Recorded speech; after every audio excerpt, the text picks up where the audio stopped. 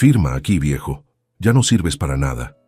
Esas fueron las palabras de mi propio hijo mientras empujaba los papeles hacia mí sobre la mesa de mi sala. En ese momento, con la pluma temblando en mi mano, casi firmo la sentencia de mi propia ruina. Casi. Antes de continuar, suscríbete y activa la campanita, porque cada día publicamos nuevas historias. Deja tu like y cuéntanos en los comentarios desde qué ciudad y país nos ves. Me llamo Miguel Ángel Martín Vega. Tengo 67 años, y durante 52 de ellos fui ingeniero civil. Construí puentes por toda España, estructuras que todavía sostienen el peso de miles de personas cada día. Pensé que también había construido una familia sólida. Me equivoqué. Era una tarde de octubre de 2024, un martes para ser exacto, el 22 de octubre. Recuerdo la fecha porque esa mañana había ido al médico para mi chequeo anual, y el doctor Ramírez me había dicho que tenía la salud de un hombre 10 años más joven. Presión arterial perfecta, corazón fuerte, mente lúcida. Guardé esos resultados en mi chaqueta. No sabía entonces que esos papeles serían cruciales días después. Vivía solo en mi casa de Madrid desde que mi esposa Clara falleció en 2003. Una casa de 3 plantas que compré en 1995, cuando mis hijos Javier y Patricia eran pequeños. Cada ladrillo de esa propiedad representaba horas extra en obras, fines de semana sacrificados, noches sin dormir revisando planos. Valía 320.000 euros según la última tasación, pero para mí valía mucho más. Era el resultado de toda una vida de trabajo honesto. Aquel martes, alrededor de las 5 de la tarde, escuché el timbre. No esperaba visitas. Cuando abrí la puerta, ahí estaban mi hijo Javier y su esposa Cristina. Él tenía 38 años, ella 35. Hacía 3 meses que no los veía, lo cual no era inusual últimamente. Desde 2020, sus visitas se habían vuelto cada vez más espaciadas y, curiosamente, siempre venían acompañadas de alguna petición de dinero. «Hola, papá», dijo Javier con una sonrisa que no llegaba a sus ojos. «¿Podemos pasar? Tenemos que hablar de algo importante». Cristina ni siquiera me saludó. Entró directamente mirando alrededor de la sala como siempre hacía, evaluando. Yo había notado esa costumbre suya durante años. Sus ojos se detenían en los cuadros, en los muebles antiguos, en la lámpara de cristal que Clara y yo compramos en nuestro 20º aniversario. Pero ese día, su mirada era diferente, más fría, más calculadora. «Claro, pasen», respondí, sintiendo ya una inquietud en el estómago. Ese instinto que desarrollas después de décadas calculando cargas estructurales y puntos de tensión. Algo no estaba bien equilibrado en esta situación. Nos sentamos en la sala. Javier sacó un portafolio de cuero negro, nuevo y caro. Demasiado caro para alguien que me había pedido prestados 800 euros apenas 2 meses atrás para pagar el alquiler. Colocó el portafolio sobre la mesa de centro con un golpe seco que me hizo sobresaltar. «Papá, vamos al grano», comenzó Javier. Su tono era tenso, casi irritado. «Cristina y yo tenemos una oportunidad de negocio increíble, una tienda de productos importados en el centro, pero necesitamos capital inicial, mucho capital». «Hemos pensado en todo», interrumpió Cristina, hablando rápido, casi atropellando las palabras. «Proyecciones, mercado, todo. Es una inversión segura, pero los bancos son lentos y esta oportunidad no va a esperar». Asentí lentamente, esperando lo que sabía que vendría. Otra petición de préstamo. Llevaba la cuenta mentalmente. Desde 2019, Javier me había pedido prestado un total de 48.000 euros. Nunca había devuelto ni un céntimo. Siempre había una excusa. Problemas en el trabajo, gastos inesperados, la economía difícil. Pero lo que sacó Javier de ese portafolio no fue una solicitud de préstamo. Fueron documentos legales. Muchos documentos. «Hemos encontrado la solución perfecta», dijo Javier extendiendo los papeles frente a mí. «Vendes la casa. Es demasiado grande para ti solo de todas formas. Nosotros usamos el dinero para el negocio y cuando empecemos a generar ganancias, te compramos un apartamento bonito, más pequeño, más fácil de mantener». Me quedé mirando los documentos sin poder creer lo que estaba escuchando. ¿Vender mi casa? No seas terco, papá. La voz de Javier subió de tono. Mírate. Vives solo en esta casa enorme.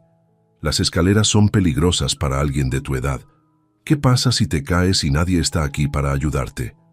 Tengo 67 años, no 90, respondí, sintiendo la indignación crecer en mi pecho. Subo y bajo esas escaleras todos los días sin problema. Cristina se inclinó hacia adelante. Su expresión se endureció. Señor Miguel, seamos realistas. Ya no es útil que mantenga esta propiedad. Es un desperdicio de recursos. Nosotros somos jóvenes, productivos. Podemos multiplicar este capital. Usted ya vivió su vida.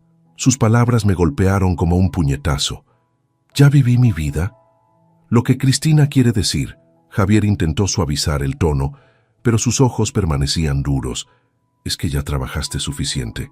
Ahora es nuestro turno de construir algo, y para eso necesitamos tu apoyo. ¿Mi apoyo o mi casa?, pregunté, sintiendo cómo la sangre me subía a la cabeza. La máscara de Javier cayó por completo. Se puso de pie elevando la voz. Firma los papeles, papá. Ya decidimos. Esta es tu oportunidad de hacer algo útil por tu familia. ¿O prefieres que te pudras solo en esta casa hasta que un día te encuentren muerto al pie de las escaleras? Cristina sacó una pluma de su bolso y la colocó sobre los documentos. Tiene dos opciones, señor Miguel. Firma hoy y participa de nuestro éxito, o firma mañana cuando vengamos con papeles del asilo. Porque créame, a su edad y viviendo solo, no será difícil convencer a un juez de que necesita supervisión constante. El asilo. Me amenazaban con un asilo. Mi propio hijo. Mis manos temblaban, no de miedo, sino de una mezcla de rabia y tristeza que nunca había sentido antes. Tomé la pluma, la acerqué al papel, vi la línea donde debía firmar, justo al lado de mi nombre ya impreso, Miguel Ángel Martín Vega. En ese momento exacto, cuando la punta de la pluma casi tocaba el papel, mi teléfono móvil sonó. El tono era el específico que había programado para llamadas importantes, el de Alberto Torres Navarro, mi contador de confianza desde hacía 20 años. «No contestes», ordenó Javier. «Firma primero». Pero algo en mi interior, ese mismo instinto de ingeniero que me había salvado de errores de cálculo peligrosos durante décadas, me hizo soltar la pluma y tomar el teléfono. «¿Alberto?» «Miguel, gracias a Dios que contestas». Su voz sonaba alterada, urgente. «No firmes nada. Repito, no firmes absolutamente nada. Hay irregularidades graves en los documentos que necesito explicarte inmediatamente. ¿Estás solo?». Miré a Javier y Cristina. Ambos me observaban con expresiones que nunca había visto antes en el rostro de mi hijo. Rabia pura mezclada con algo que me tomó un momento identificar. Pánico. «No», respondí lentamente. «No estoy solo». «Alberto, dame un momento», dije con voz que intenté mantener firme. Me levanté del sofá sintiendo las miradas de Javier y Cristina clavadas en mi espalda como aguijones. «Voy a mi estudio. Necesito hablar en privado». «Papá, no tienes nada privado que...», comenzó Javier, pero lo interrumpí con un gesto de mano que sorprendentemente lo silenció. Quizás algo en mi postura cambió en ese instante. Subí las escaleras que supuestamente eran peligrosas para mi edad, con pasos firmes y rápidos. Entré a mi estudio, cerré la puerta con seguro y me apoyé contra ella, el corazón latiendo con fuerza. «Alberto, habla. ¿Qué está pasando?». La voz de mi contador sonaba tensa, profesional pero claramente alarmada. «Miguel, hace 2 horas recibí una alerta del sistema bancario. Alguien intentó acceder a información sobre tus cuentas de inversión usando tu nombre. Cuando investigué más, descubrí algo preocupante. Tu hijo registró documentos preliminares en una notaría hace 3 días. Conseguí copias a través de un contacto». «¿Qué tipo de documentos?». «Supuestamente un poder notarial amplio y papeles de venta de propiedad. Pero aquí está lo alarmante. Las cláusulas ocultas son extremadamente abusivas. No solo ceden la casa, Miguel, transfieren control total sobre tus cuentas de ahorro. Tus inversiones en bonos del Estado, que suman 82.000 euros. Y lo peor, incluyen una cesión de derechos sobre tu pensión de jubilación». Sentí como si el piso se moviera bajo mis pies.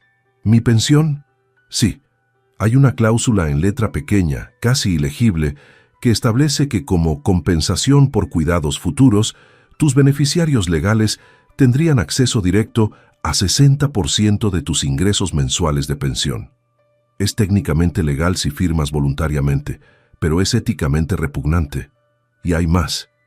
Continúa, dije, sintiendo cómo la adrenalina reemplazaba al shock inicial.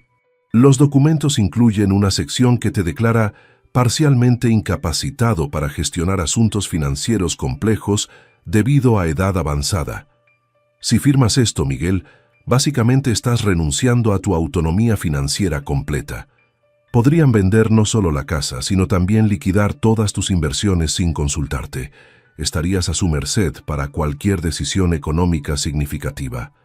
El silencio que siguió fue denso. Podía escuchar voces abajo, Javier y Cristina hablando en tonos urgentes y bajos. Escuché pasos en las escaleras, alguien subiendo. Alberto, ¿qué probabilidad hay de que esto sea un error? Quizás un malentendido. Cero, Miguel. Los documentos están redactados por un abogado especializado en este tipo de transferencias patrimoniales. Esto fue planeado meticulosamente. Quien preparó esto sabía exactamente qué estaba haciendo. Vaciarte completamente, mientras parece que solo estás ayudando a la familia. Golpes en la puerta de mi estudio. La voz de Cristina, aguda e impaciente. Señor Miguel, necesitamos terminar esto hoy. Tenemos una cita en la notaría en 1 hora. El notario nos está esperando. Un momento, respondí, forzando calma en mi voz. A Alberto le dije en voz baja, ¿qué hago ahora? No firmes absolutamente nada. Inventa cualquier excusa. Di que te sientes mal, que necesitas tiempo para leer todo con calma, lo que sea. Mañana a 1:00 hora ven a mi oficina. Necesitamos proteger tus activos inmediatamente y considerar acciones legales. Esto podría ser intento de fraude patrimonial. Gracias, Alberto. Mañana a las 9. Colgué y me quedé ahí, apoyado contra la puerta de mi estudio, rodeado de estantes llenos de libros técnicos de ingeniería, diplomas en las paredes, fotografías de proyectos que había supervisado a lo largo de 5 décadas. Esta habitación representaba toda una vida de aprendizaje, trabajo, logros. Y abajo, mi propio hijo intentaba arrebatármelo todo. Abrí la puerta. Javier estaba ahí, con expresión entre ansiosa y molesta. Papá, en serio, no tenemos todo el día. El notario... Me siento mareado, dije, y no era completamente mentira. Esa llamada era del doctor Ramírez. Mis resultados. Hay algunas irregularidades que necesita revisar conmigo mañana. Vi cómo algo cruzaba el rostro de Javier. ¿Era preocupación genuina? No. Era cálculo. Estaba evaluando si esto arruinaba sus planes. ¿Irregularidades?, preguntó Cristina desde abajo, su voz repentinamente dulce, casi preocupada. Una actuación. ¿Qué tipo de irregularidades? No lo especificó. Dijo que necesita hablar conmigo en persona. Bajé las escaleras lentamente, llevando una mano a mi sien como si realmente me doliera la cabeza. Necesito que vuelvan mañana. Hoy no puedo concentrarme en papeles legales. Necesito saber primero qué está pasando con mi salud. Papá, esto es ridículo, protestó Javier. El notario está esperando. Perdemos la cita, perdemos la oportunidad del local. Entonces la pierden, respondí con firmeza, que me sorprendió a mí mismo. No voy a firmar documentos importantes sintiéndome así. Vuelvan mañana por la tarde. Para entonces ya habré hablado con el doctor y podré pensar con claridad. Cristina y Javier intercambiaron miradas. Una conversación silenciosa pasó entre ellos. Finalmente, Cristina recogió los documentos de la mesa con movimientos bruscos, mostrando su frustración. «Está bien», dijo con voz tensa. «Mañana. Pero esto no puede retrasarse más, señor Miguel. El dueño del local tiene otros interesados. Si perdemos esta oportunidad por sus mareos, no habrá otra». «Mañana», repetí, caminando hacia la puerta para abrirla. Un gesto claro de despedida. Javier se detuvo en el umbral. Por un momento, Vi algo en sus ojos que me hizo estremecer. No era el niño que crié, el que solía sentarse en mis hombros durante paseos dominicales, el que lloraba cuando tenía pesadillas y yo lo consolaba. Este hombre frente a mí era un extraño con el rostro de mi hijo. «No nos decepciones, papá», dijo en voz baja casi amenazante. «Familia es familia, y la familia se apoya». Se marcharon. Cerré la puerta y eché el cerrojo. Caminé de vuelta a la sala. Vi los papeles que Cristina había dejado accidentalmente sobre la mesa. ¿O no fue accidente? ¿Querían que los leyera, que me acostumbrara a la idea? Los tomé con manos que ya no temblaban. La adrenalina había dado paso a algo diferente, claridad absoluta. Comencé a leer, línea por línea, cláusula por cláusula. Y Alberto tenía razón. Todo estaba ahí, escondido en lenguaje legal denso, en párrafos interminables de letra pequeña. Autorización para venta de propiedad ubicada en cesión de derechos sobre inversiones registradas bajo. El firmante reconoce capacidad disminuida para gestión compleja de beneficiarios designados tendrán acceso mensual a 60% de ingresos por pensión como compensación por servicios de cuidado y supervisión. Servicios de cuidado. Supervisión. Me querían convertir en un inválido financiero, dependiente de su generosidad, para sobrevivir con 40% de mi propia pensión. Me dejarían apenas 1.200 euros mensuales de los 3.000 que recibía. Y eso después de quitarme una casa de 320.000 euros y todas mis inversiones. Me senté en el sofá donde una hora antes casi había firmado mi propia ruina. El silencio de la casa, que generalmente me resultaba pacífico, ahora resonaba diferente. No era soledad, era libertad. Libertad de pensar, de planear, de actuar. Por primera vez en años, quizás décadas, sentí algo despertar dentro de mí. No era rabia, aunque había rabia. No era dolor, aunque el dolor estaba ahí, profundo y agudo. Era determinación, pura, fría, calculada determinación. Había pasado 52 años calculando cargas, tensiones, puntos de ruptura. Sabía cuánto peso podía soportar una estructura antes de colapsar. Y acababa de descubrir cuánta traición podía soportar antes de que algo dentro de mí se rompiera completamente. Esa noche no dormí. Me quedé en mi estudio, revisando cada documento financiero que tenía, extractos bancarios, escrituras, testamento actual, pólizas de seguro, construyendo un inventario mental completo de mi vida. Y mientras el amanecer comenzaba a iluminar Madrid, tomé una decisión. Si querían guerra, tendrían guerra. Pero esta vez, las reglas las pondría yo. A las 6 de la mañana del miércoles 23 de octubre, me encontraba sentado en mi estudio con una taza de café ya frío entre las manos. No había pegado ojo en toda la noche. Frente a mí, sobre el escritorio de roble que construí con mis propias manos en 1998, descansaban fotografías que había sacado de los álbumes familiares. Clara me miraba desde una de ellas, sonriente, con el viento moviendo su cabello castaño. Fue tomada en San Sebastián durante nuestras últimas vacaciones juntos, en 2002, un año antes de que el cáncer se la llevara. Tenía 49 años cuando murió. Yo 51. Javier tenía 17. Patricia apenas 13. Levanté otra fotografía. Mis dos hijos en la graduación de Javier de la universidad en 2008. Él estudiaba administración de empresas. Había elegido ese camino por sí mismo. Yo nunca presioné a mis hijos para seguir ingeniería. En esa imagen, Javier abrazaba a su hermana menor con genuino cariño. ¿Qué había cambiado? ¿Cuándo se torció todo? Me recliné en la silla, cerrando los ojos, dejando que las memorias fluyeran sin filtro. Necesitaba entender cómo había llegado hasta aquí. Cómo un padre que dedicó su existencia entera a construir y proteger había terminado casi firmando su propia destrucción. Empecé en la ingeniería civil en 1972, recién salido de la Universidad Politécnica de Madrid. Mi primer proyecto fue un puente modesto sobre el río Júcar en Cuenca. Tenía 24 años y estaba aterrorizado de cometer algún error que pudiera costar vidas.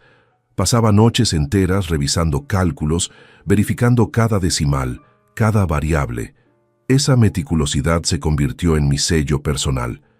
Durante 5 décadas, supervisé la construcción de 17 puentes, 11 edificios comerciales, 2 hospitales y un estadio deportivo en Sevilla.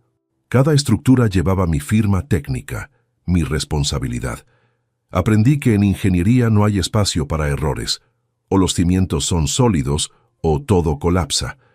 Compré esta casa en 1995 con el bono de un proyecto importante, la ampliación del Hospital Universitario La Paz. Pagué 210.000 euros, una fortuna en aquel entonces. Clara eligió cada detalle: los azulejos del baño, el color de las paredes, el jardín trasero donde plantamos un cerezo que ahora tiene casi 30 años. Esta casa no era solo ladrillos y cemento. Era el hogar donde mis hijos crecieron, donde celebramos cumpleaños y navidades, donde lloramos juntos cuando Clara nos dejó. Después de su muerte, me convertí en padre y madre simultáneamente. Patricia tenía 13 años y necesitaba guía femenina que yo no podía darle. Javier, aunque mayor, se cerró emocionalmente. Recuerdo haberlo encontrado llorando en su habitación semanas después del funeral, gritándome que odiaba que yo siguiera vivo mientras mamá había muerto. Fue doloroso, pero entendí que era parte de su duelo. Fue ahí donde cometí el error. Debí ser más estricto, o quizás el problema fue que intenté compensar la ausencia de Clara con dinero, con regalos, con demasiada permisividad. Patricia se mudó a Barcelona en 2013 para estudiar medicina. Ahora tiene 34 años. Es médica especialista en pediatría en el Hospital Sant Joan de Déu. Nos hablamos cada semana por videollamada. Ella me cuenta sobre sus pacientes. Yo le cuento sobre mis lecturas y caminatas matutinas. Nuestra relación siempre fue más simple, más honesta. Patricia nunca me pidió dinero más allá de lo razonable durante sus estudios, y una vez comenzó a trabajar, insistió en pagarme de vuelta hasta el último euro. Javier fue diferente. Desde que se graduó en 2008, pasó por 7 empleos distintos. Siempre había una razón para renunciar o ser despedido. Jefes injustos, compañeros envidiosos, horarios imposibles. Conoció a Cristina Ruiz Moreno en 2017. Ella trabajaba en ventas para una empresa de cosméticos. Se casaron rápidamente, apenas 8 meses de noviazgo, en una boda que costó 32.000 euros. Yo pagué todo. Ahí empezó el patrón. Ahora, revisando mentalmente, lo veía con claridad brutal. En 2019, Javier llegó diciendo que necesitaba 5.000 euros para invertir en un curso de marketing digital que le conseguiría mejor empleo. Le transferí el dinero. Nunca vi certificado de ningún curso. 3 meses después, otros 4.000 euros para pagar deudas de tarjetas de crédito que estaban arruinando su historial crediticio. Después fueron 6.000 para depósito de un apartamento mejor ubicado para buscar trabajo. Luego, 8.000 porque Cristina necesitaba cirugía dental urgente. Cada vez había una historia convincente, una urgencia, una promesa de devolución en cuanto las cosas mejoraran. Llevaba la cuenta mentalmente: 48.000 euros en préstamos entre 2019 y 2024. Ni un céntimo devuelto. Y yo, como un tonto, seguía dando. ¿Por qué? Porque era mi hijo. Porque después de perder a Clara, el miedo a perder también a mis hijos me paralizaba. Porque cada vez que dudaba, Javier traía a colación memorias de su madre. Mamá hubiera querido que nos apoyáramos como familia. Usaba el recuerdo de Clara como arma emocional, y yo caía cada vez. Ahora recordaba otros detalles que había ignorado deliberadamente. Las visitas de Cristina a mi casa cuando yo salía a hacer compras. Mi vecina, la señora Fuentes, me había comentado hace meses: vi a tu nuera midiendo las ventanas de tu sala el martes pasado. ¿Vas a cambiarlas? No le di importancia entonces. ¿Qué estaba haciendo Cristina? Evaluando, tasando, planeando. Las conversaciones que se detenían abruptamente cuando yo entraba a una habitación durante reuniones familiares. Las miradas entre Javier y Cristina cuando mencionaba cualquier tema relacionado con finanzas o propiedades. Los comentarios sutiles sobre cómo esta casa es demasiado grande para una persona, sobre lo costoso que debe ser mantenerla, sobre opciones más prácticas para alguien de mi edad. Todo había estado ahí, todas las señales. Y yo, el ingeniero meticuloso que revisaba 3 veces cada cálculo estructural, había ignorado completamente los signos de colapso inminente en mi propia familia. Me levanté del escritorio y caminé hacia la ventana. El sol comenzaba a iluminar las calles de Madrid. La ciudad despertaba, personas yendo al trabajo, estudiantes camino a la universidad, vida cotidiana fluyendo como siempre. Y yo estaba aquí, en la casa que construí con mi esfuerzo, enfrentando la realidad de que mi hijo mayor me veía no como padre, sino como fuente de recursos a explotar. Tomé mi teléfono móvil. Necesitaba hablar con Patricia. Marqué su número. Respondió al tercer tono, voz somnolienta. «¿Papá? Son las 6 de la mañana. ¿Estás bien?» «Patricia, necesito que vengas a Madrid. Es urgente. Es sobre tu hermano». Hubo silencio. Luego, con voz repentinamente alerta, «¿Qué hizo ahora?» Esa pregunta lo decía todo. Patricia sabía. Quizás no los detalles, pero sabía que algo andaba mal con Javier desde hacía tiempo. «Ven este fin de semana, te lo explicaré todo en persona. Y Patricia, trae cualquier documento legal que tengas donde mi nombre aparezca. Poderes notariales, copias de escrituras, cualquier cosa que yo te haya dado». «Papá, me estás asustando». «Bien», respondí, «porque yo también estoy asustado, pero ya no estoy indefenso. Te veo el sábado». Colgué y respiré profundo. En mi escritorio me esperaban los documentos que Cristina había dejado accidentalmente. Los guardé en mi maletín junto con todos mis archivos financieros. A las 9 tenía cita con Alberto, y después de eso comenzaría a construir la defensa más importante de mi vida, la de mi propia supervivencia. La oficina de Alberto Torres Navarro estaba ubicada en el Distrito Financiero de Madrid, un edificio moderno de cristal y acero en la calle Serrano. Llegué a las 8:45 de la mañana, 15 minutos antes de nuestra cita. Años de disciplina profesional me habían enseñado que llegar temprano demostraba seriedad. Alberto me recibió personalmente en recepción. Tenía 52 años, llevaba 20 siendo mi contador, y en su rostro vi preocupación genuina. «Miguel, pasa a mi despacho. Pedí que no nos interrumpan». Su oficina tenía vistas panorámicas de Madrid. Sobre su escritorio había carpetas, muchas carpetas, todas marcadas con mi nombre. «Trabajé hasta la medianoche investigando», explicó mientras me señalaba una silla. «Lo que encontré es peor de lo que te comenté por teléfono». Abrió la primera carpeta. «Empecemos por las deudas de tu hijo. Mediante mis contactos bancarios, descubrí que Javier Martín Soto debe actualmente 65.000 euros distribuidos en 3 préstamos personales con intereses altísimos. 2 de esos préstamos fueron otorgados usando documentos falsificados». «¿Falsificados cómo?». Alberto giró su monitor hacia mí. En pantalla aparecían formularios de solicitud de crédito. «Estos son de 2023. Aquí, mira esta sección. Garantías adicionales. Aparece tu casa como aval. Y aquí, esta firma que supuestamente autoriza usar tu propiedad como garantía». Miré la firma. Era una imitación decente de la mía, pero yo conocía mi propia rúbrica. Los trazos eran demasiado uniformes, sin las pequeñas variaciones naturales que tengo al firmar. «Esa no es mi firma». «Lo sé. Mandé a hacer análisis grafológico preliminar. Con 98% de certeza es falsificación. Tu hijo usó tu propiedad como garantía sin tu consentimiento para obtener 30.000 euros en marzo de 2023 y otros 20.000 en septiembre del mismo año». Sentí náuseas. «¿Los bancos no verificaron?». «Deberían haberlo hecho, pero tu hijo presentó copias de escrituras, documentación de identidad tuya aparentemente válida y un supuesto poder notarial que también resultó ser falso.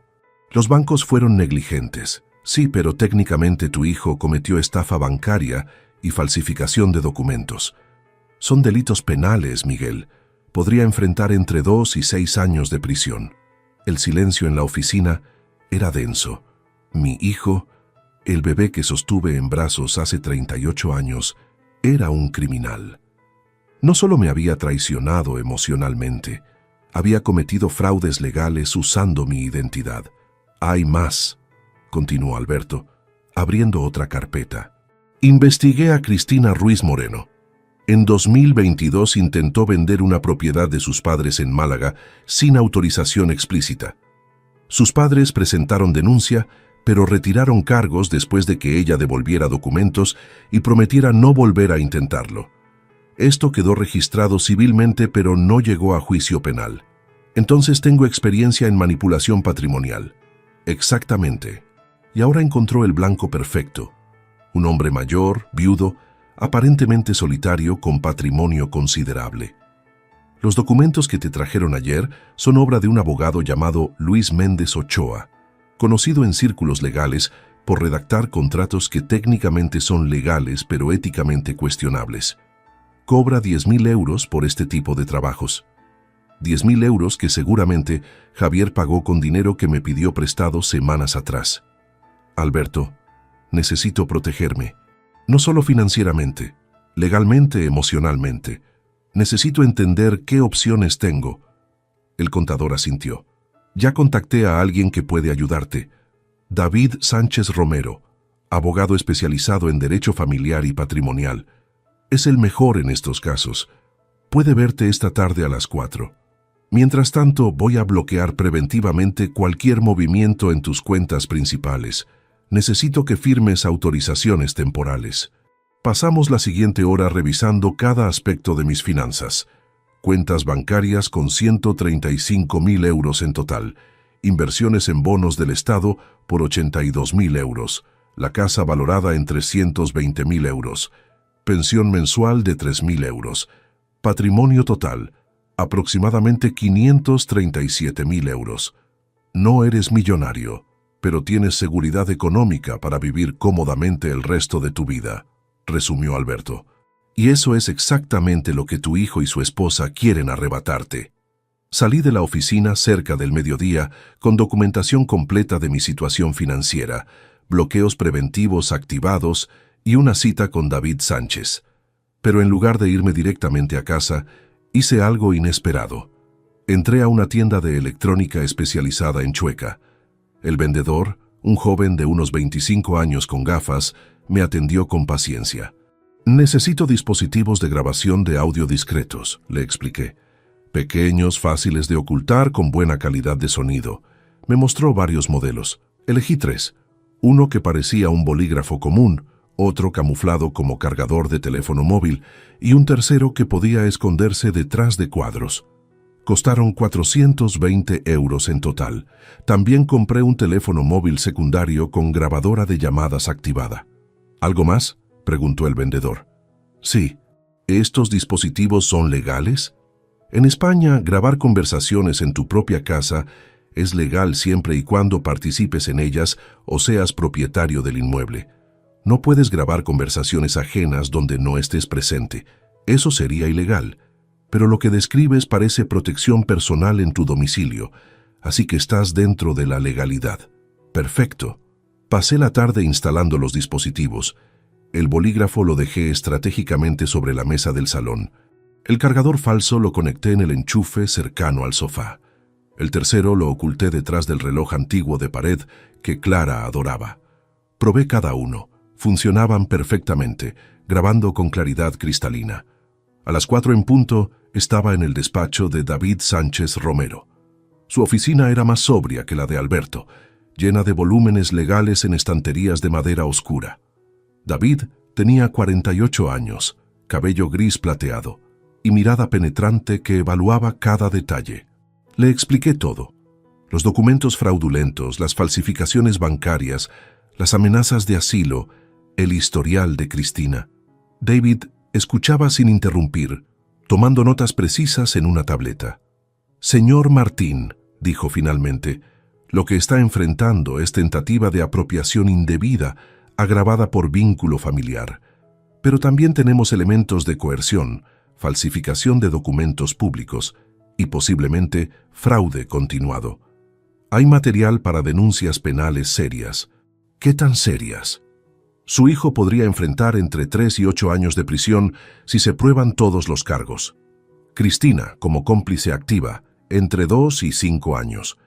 Pero entiendo que esto es su familia y las decisiones aquí no son solo legales, son emocionales. Asentí, sintiendo el peso de lo que esto significaba.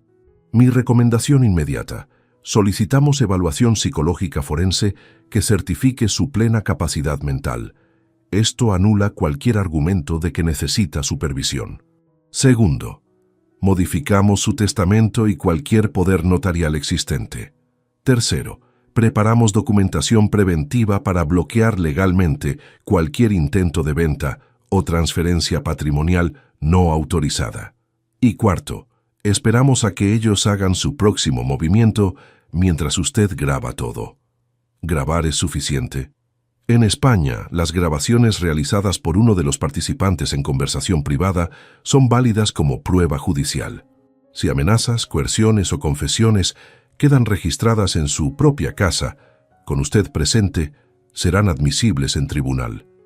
Salí del despacho con claridad absoluta sobre el camino a seguir, pero esa noche, sentado en mi estudio, hice algo que no había hecho en años. Investigué ciudades españolas, específicamente Valencia. No sé qué me impulsó a buscar información sobre Valencia. Quizás el instinto de que, independientemente de cómo terminara esto, mi vida en Madrid había cambiado irrevocablemente. El jueves 24 de octubre transcurrió con lentitud angustiante. Cada hora sentía como una eternidad mientras esperaba que Javier y Cristina regresaran. Había activado los 3 dispositivos de grabación: el bolígrafo sobre la mesa, el cargador conectado al enchufe y el micrófono oculto detrás del reloj. También llevaba el teléfono móvil secundario en mi bolsillo, con grabación automática activada. Ensayé mentalmente. Necesitaba parecer confundido, vulnerable, pero no tan incapacitado que sospecharan una actuación. Debía hacer preguntas que parecieran ingenuas, pero que los empujaran a revelar sus verdaderas intenciones. David me había explicado la importancia de obtener confesiones claras, amenazas explícitas, reconocimientos de sus planes, cualquier declaración que demostrara coerción. Llegaron a las 5:30 de la tarde, esta vez sin avisar. El timbre sonó con insistencia 3 veces seguidas. Cuando abrí, Javier entró sin saludar, Cristina detrás con expresión tensa. «Papá, terminemos con esto hoy», dijo Javier dejando caer otro portafolio sobre la mesa. «Hablé con el notario, simplificamos los documentos. Ahora son solo 3 páginas, fáciles de entender, nada complicado». Me senté lentamente en el sofá, justo donde había planificado, cerca del cargador falso que grababa cada palabra. «¿Qué pasó con el doctor? Ayer dijiste que tenías resultados médicos», preguntó Cristina con tono impaciente que no lograba disimular. «Ah, sí. El doctor dice que estoy bien, solo estrés». Tomé los nuevos documentos con manos temblorosas exageradas. «Pero estos papeles, hay tantas palabras legales, no entiendo qué significan». Javier se inclinó hacia adelante. «Es simple, papá. Vendes la casa, nosotros recibimos el dinero para el negocio. Cuando ganemos lo suficiente, te compramos un apartamento pequeño. Todos salimos ganando». «¿Pero dónde voy a vivir mientras tanto?», pregunté con voz débil, interpretando confusión. «Esta es mi casa. Aquí está todo lo de tu madre, los recuerdos». «Por eso mismo», interrumpió Cristina, «esta casa está llena de fantasmas del pasado. No es sano para usted vivir aferrado a memorias. Necesita un cambio, algo más práctico». Su voz sonaba razonable, pero sus ojos calculaban. «Mira, papá». Javier tomó el bolígrafo de la mesa, el mismo que contenía la grabadora, y lo puso en mi mano. «Firma aquí, aquí y aquí. Son solo 3 firmas. 5 minutos y listo». «Es que 500.000 euros es mucho dinero», dije deliberadamente equivocando el valor. Necesitaba que corrigieran, que hablaran de cifras concretas. 320.000, papá, no 500, corrigió Javier con irritación creciente. «Y no es solo la casa. Mira esta cláusula. Aquí autorizas que gestionemos tus inversiones también. Los 82.000 euros en bonos del Estado. Es todo para maximizar las ganancias del negocio. Perfecto. Acababa de admitir que querían no solo la casa, sino también las inversiones. ¿Mis bonos también? Pero esos son para emergencias. Cristina perdió la paciencia. Se levantó del sillón y se plantó frente a mí. Escucha bien, viejo teimoso. Voy a ser directa porque claramente necesitas que te hablen sin rodeos. Tu tiempo de ser útil ya pasó. Ya no produces nada. No trabajas. Solo consumes recursos viviendo en esta casa enorme que vale una fortuna. Cristina, intentó interrumpir Javier, pero ella lo silenció con un gesto. No, Javier. Tu padre necesita entender la realidad. Se volvió hacia mí con dureza en cada palabra. Nosotros somos jóvenes, productivos. Tenemos toda la vida por delante. Podemos multiplicar este capital. Usted solo va a seguir envejeciendo, gastando en medicinas y cuidados hasta que no quede nada. ¿Qué prefiere? ¿Ayudar a su familia a prosperar o morir solo aferrado a una casa vacía? Yo no quiero morir solo, susurré, bajando la mirada.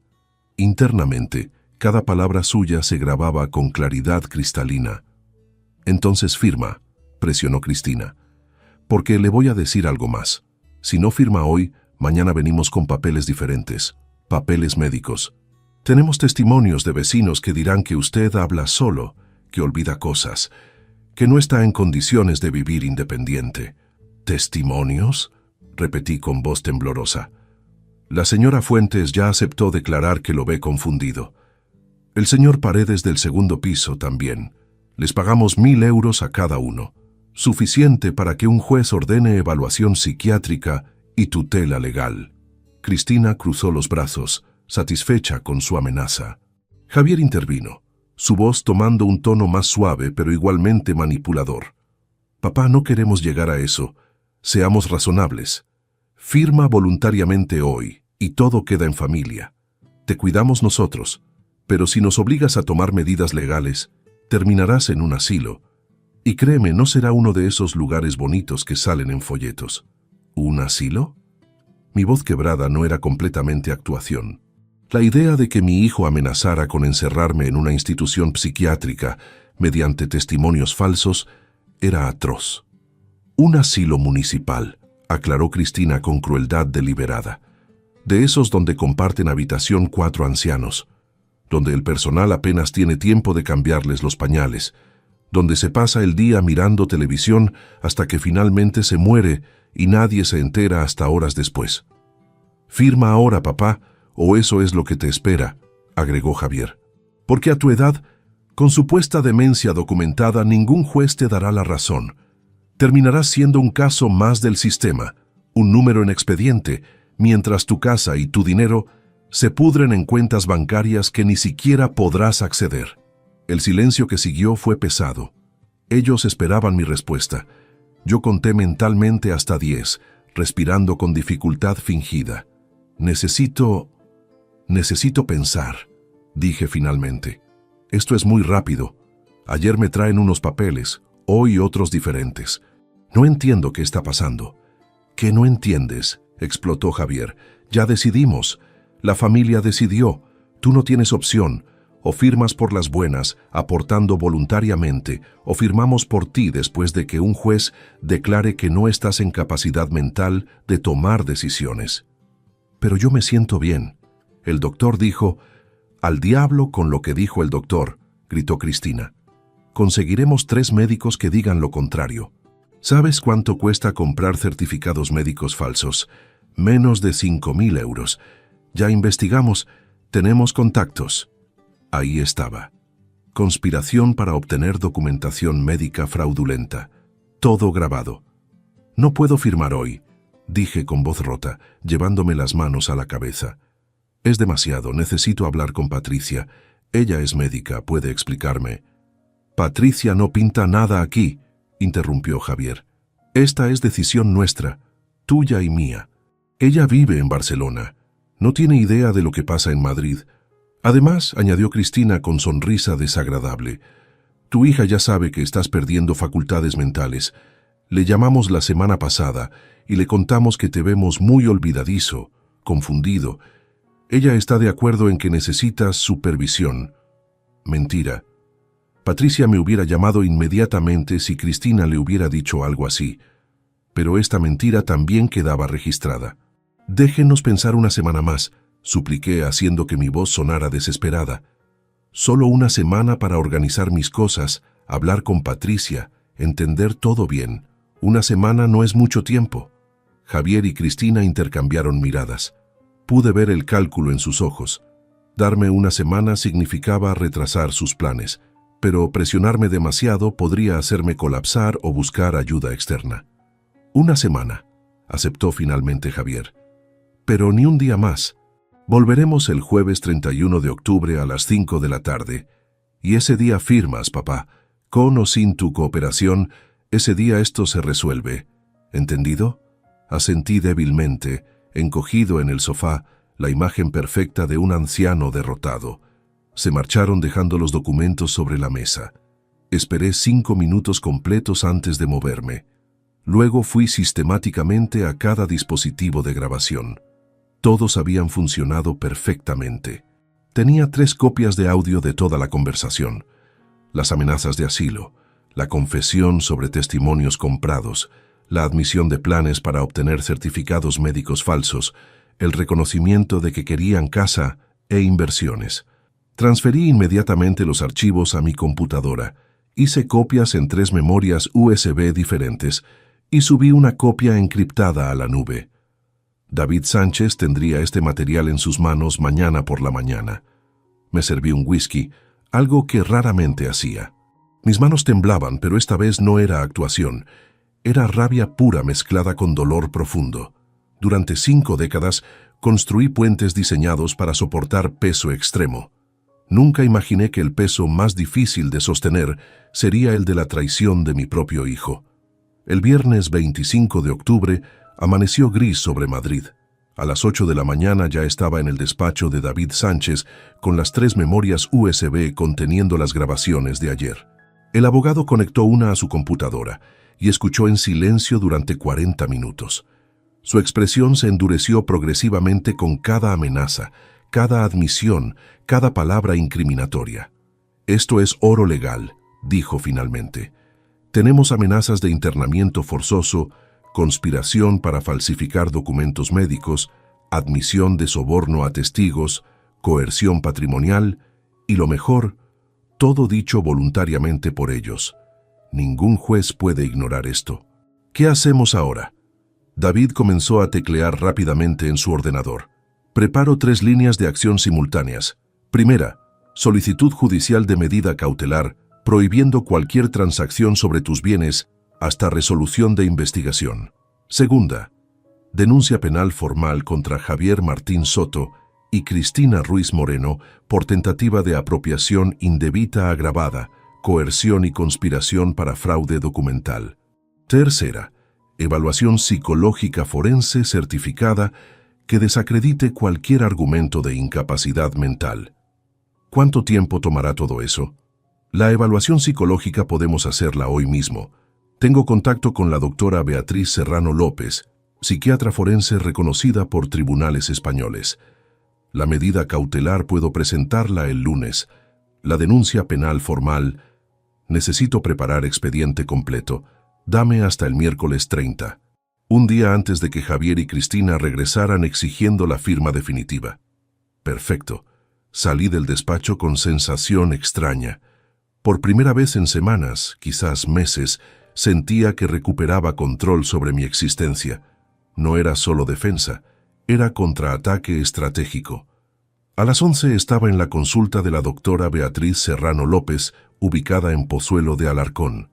Ella tenía 55 años, cabello corto plateado y modales profesionales pero amables. Durante 3 horas me sometió a baterías completas de pruebas, evaluación cognitiva, memoria a corto y largo plazo, razonamiento lógico, funciones ejecutivas, estado emocional. «Señor Martín», dijo mientras revisaba resultados, Su función cognitiva está significativamente por encima del promedio para su grupo etario.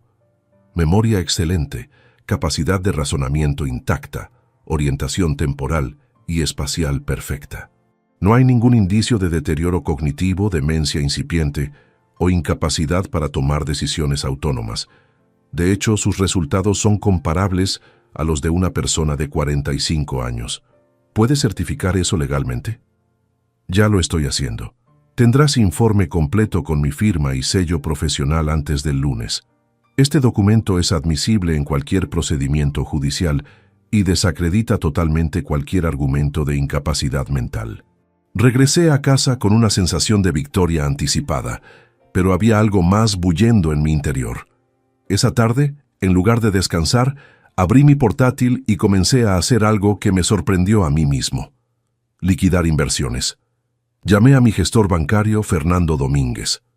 Fernando, necesito vender todas mis participaciones en fondos de inversión y bonos del Estado. Todo. Quiero el dinero líquido en mi cuenta corriente. Miguel, ¿estás seguro? Algunos de esos bonos no maduran hasta 2026. Perderías rendimientos. Estoy completamente seguro. Procede con las ventas hoy mismo. Colgué y me quedé mirando la pantalla de mi ordenador. ¿Qué estaba haciendo?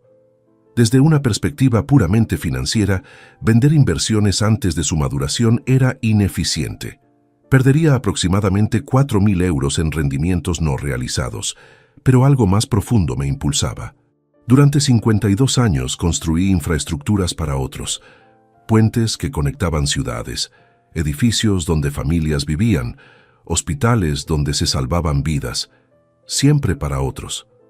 ¿Cuándo había construido algo para mí? ¿Cuándo había tomado decisiones basadas en lo que yo quería, no en lo que mi familia necesitaba? Abrí otra pestaña en el navegador. Escribí Valencia Proyectos Sociales Construcción. Los resultados mostraron docenas de iniciativas: centros comunitarios necesitando renovación, programas de vivienda social, espacios culturales en barrios desfavorecidos. Uno captó mi atención: Centro Comunitario San Miguel, Ruzafa, Valencia. Busca financiación y asesoría técnica para reforma estructural completa. Edificio histórico de 3 plantas requiere refuerzo de cimientos, actualización eléctrica y mejoras de accesibilidad. Había fotografías del edificio. Era hermoso pero descuidado. Fachada de principios del siglo XX con detalles modernistas. Balcones de hierro forjado, ventanas altas. Exactamente el tipo de estructura que yo sabía revitalizar. Llamé al número de contacto. Centro San Miguel, habla Rosa, respondió una voz femenina con acento valenciano. Buenos días, me llamo Miguel Ángel Martín Vega, soy ingeniero civil jubilado y me interesa su proyecto de reforma. Hablamos durante 40 minutos. Rosa Beltrán era la directora del centro, una trabajadora social de 38 años, que llevaba 5 luchando por conseguir fondos para salvar el edificio. Necesitaban 120.000 euros para reformas básicas, pero solo habían recaudado 23.000 mediante eventos comunitarios. Si tuviera financiación completa, ¿cuánto tardaría en ejecutar el proyecto?, pregunté. Con los permisos necesarios y contratación de equipo competente, calculo 8 meses de obra. Pero, señor Martín, conseguir 120.000 euros es... ¿Qué pasaría si le dijera que puedo donar esa cantidad, pero con una condición? Silencio al otro lado de la línea. ¿Qué condición? Que me permitan supervisar personalmente la reforma, sin cobrar honorarios. Solo quiero asegurarme de que se hace correctamente, con los más altos estándares de seguridad estructural. ¿Está hablando en serio? Completamente. Envíeme los planos actuales del edificio y el proyecto de reforma que tienen planeado. Los revisaré este fin de semana. Después de colgar, me quedé sentado mirando la pantalla. Acababa de comprometerme a donar 120.000 euros, casi un cuarto de mi patrimonio líquido, a un proyecto en una ciudad donde no vivía, con gente que no conocía. Cualquiera diría que era locura, pero por primera vez en años, quizás décadas, sentí algo que había olvidado. Entusiasmo genuino, no obligación familiar, no responsabilidad heredada, sino elección personal auténtica. El sábado 26 de octubre, Patricia llegó de Barcelona en el tren de las 10. La recogí en la estación de Atocha. Mi hija menor había heredado el cabello castaño de Clara y mi estatura. A sus 34 años era pediatra respetada, con vida propia sólida en Cataluña. «Papá, te ves diferente», dijo después de abrazarme. «No sé si es bueno o malo diferente». «Ambas cosas», respondí honestamente. En casa le mostré todo. Las grabaciones, los documentos fraudulentos, las falsificaciones bancarias, las amenazas. Patricia escuchó sin interrumpir, pero vi cómo su expresión pasaba de shock a ira controlada. «Voy a matarlo», dijo finalmente con voz fría. «Voy a matar a mi hermano. No vas a matar a nadie, pero sí vas a ayudarme con algo importante». Le expliqué el plan de David: denuncia penal, medidas cautelares, evaluación psicológica. Patricia asintió con determinación profesional. «Necesitas también certificado médico general actualizado. Mañana te llevo con una colega aquí en Madrid. Análisis completos, sangre, presión, electrocardiograma, función renal, todo documentado». Esa noche, mientras Patricia dormía en su antigua habitación, yo trabajaba en mi estudio revisando los planos del Centro San Miguel que Rosa había enviado. Identifiqué inmediatamente problemas estructurales: vigas de soporte debilitadas, cimientos con grietas menores pero preocupantes, instalación eléctrica obsoleta y peligrosa. Pero también vi potencial extraordinario. Con reforma adecuada, ese edificio podría servir a la comunidad durante otros 100 años. Comencé a hacer anotaciones, bocetos preliminares, cálculos de cargas. Mis manos se movían sobre el papel con familiaridad reconfortante. Esto era lo que sabía hacer. Esto era quien yo era. Más allá de ser padre traicionado o víctima de manipulación, era constructor y estaba listo para construir nuevamente. El domingo 27 de octubre transcurrió con actividad frenética. Patricia y yo visitamos al doctor Manuel Castro Blanco, colega suyo, que ejercía medicina general en Chamartín. Pasé la mañana sometiéndome a exámenes exhaustivos: análisis de sangre completo, electrocardiograma, pruebas de función hepática y renal, medición de presión arterial, evaluación neurológica básica.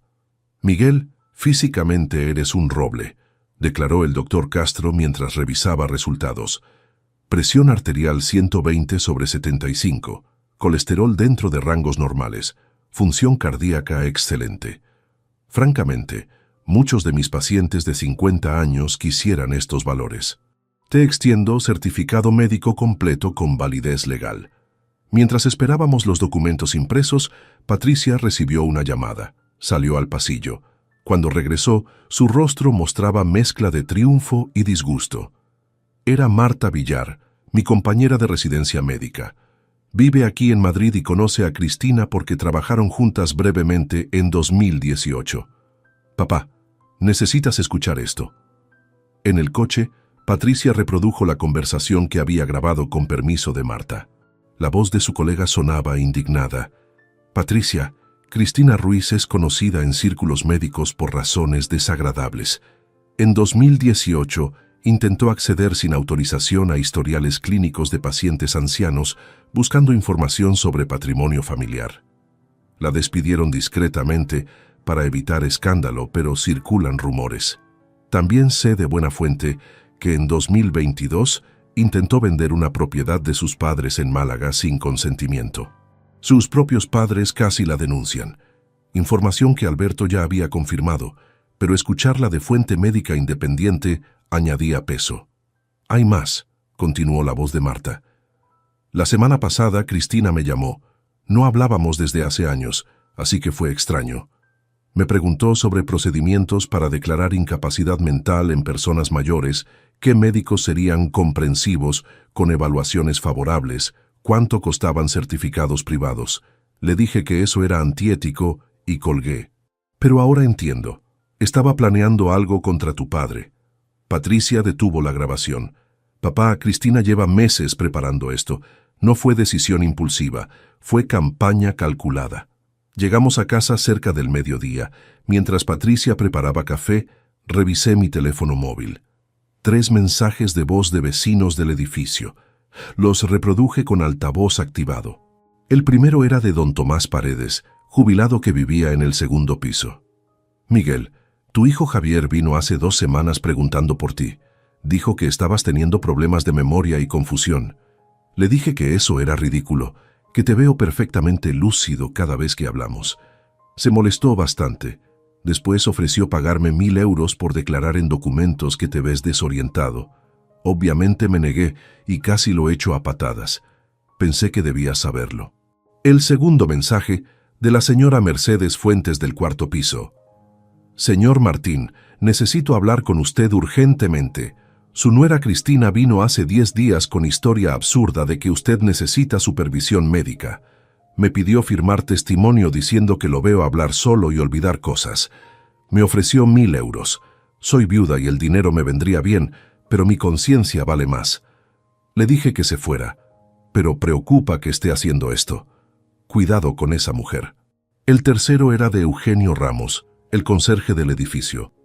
Don Miguel, escuché conversación entre su hijo y su nuera en el portal hace días. Hablaban sobre convencer al viejo y conseguir testimonios. No me pareció correcto. También vi a su nuera fotografiando la entrada del edificio y tomando notas en una libreta, como si estuviera evaluando el inmueble. Solo quería avisarle. Patricia me miraba con expresión sombría. Prepararon el terreno social sistemáticamente. Contactaron vecinos ofreciendo sobornos, difundieron rumores sobre tu supuesta demencia, documentaron evidencia falsa. Esto no fue improvisación, fue operación militar.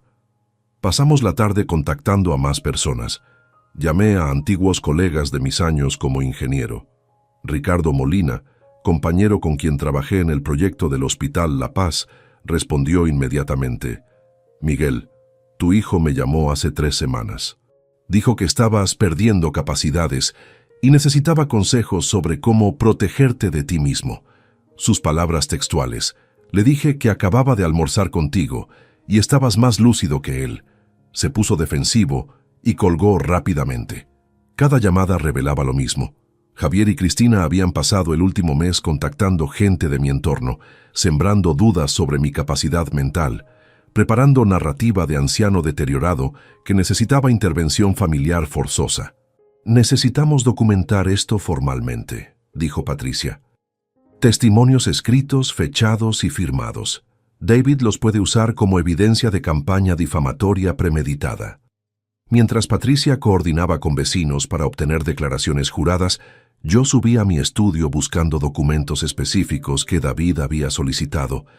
Abrí el cajón inferior de mi escritorio donde guardaba correspondencia antigua y ahí, entre carpetas amarillentas, encontré algo que había olvidado completamente.